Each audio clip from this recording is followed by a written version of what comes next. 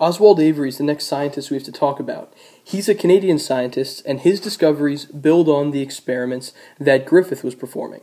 So we established before that Griffith was able to figure out that something was being passed from these lethal bacteria to the healthy bacteria that made the healthy bacteria lethal as well. The only thing was, he wasn't exactly sure what was being passed on. So what Avery decided to do was perform some kind of an experiment to narrow it down and figure out what was actually being passed on from one type of bacteria to the next. So there are 4 different things called macromolecules that Avery knew all cells contain. There are 4 main kinds of macromolecules, and Avery's idea was he was going to set up something called enzymes that would break down those different macromolecules. So he figured once he eliminated the most important macromolecule, the one that was causing traits to be passed from one type of bacteria to the next, then transformation would no longer occur, and he would have it narrowed down to the important macromolecule that was changing one type of bacteria into the other. So he started with the first one, which is proteins. So Avery does the same experiment that Griffith did, except he introduces an enzyme that breaks down the proteins. And guess what happened? All of our mice still die. Nothing changed. It worked exactly as it did before. So Avery crosses that one off the list. He now knows it can't be the proteins. So it's on to the next one. That next one is our group over here, carbohydrates.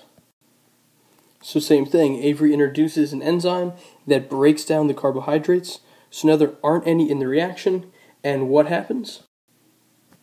All of our poor little mice are still dead.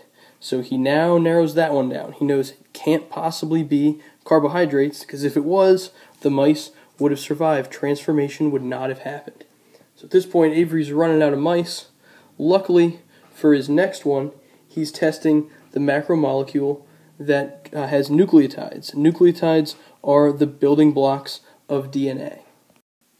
So once Avery finally broke down the nucleic acids, which are made up of nucleotides, he found out that that was the thing that was causing transformation to happen. Because at this point, the mice were fine, transformation did not occur, the heat-killed ones did not transfer any of their traits to the mice, or to the bacteria that were safe for the mice. So at this point, all the mice were fine. The other one that he would have tested, so over here he would have tested lipids, but it turns out that he didn't need to, since he was able to identify that the nucleic acids were the cause.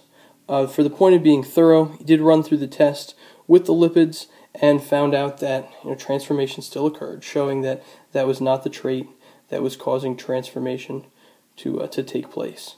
So in this case, Avery kind of narrows things down for us one more time when it comes to genetics, that Griffith was able to establish that there are some kind of traits inside of bacteria that can be transferred from a healthy group to a virulent group.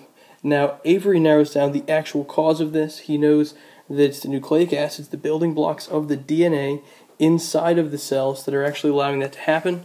His experiment then is built upon by 2 individuals named Hershey and Chase. They're the ones we'll talk about next.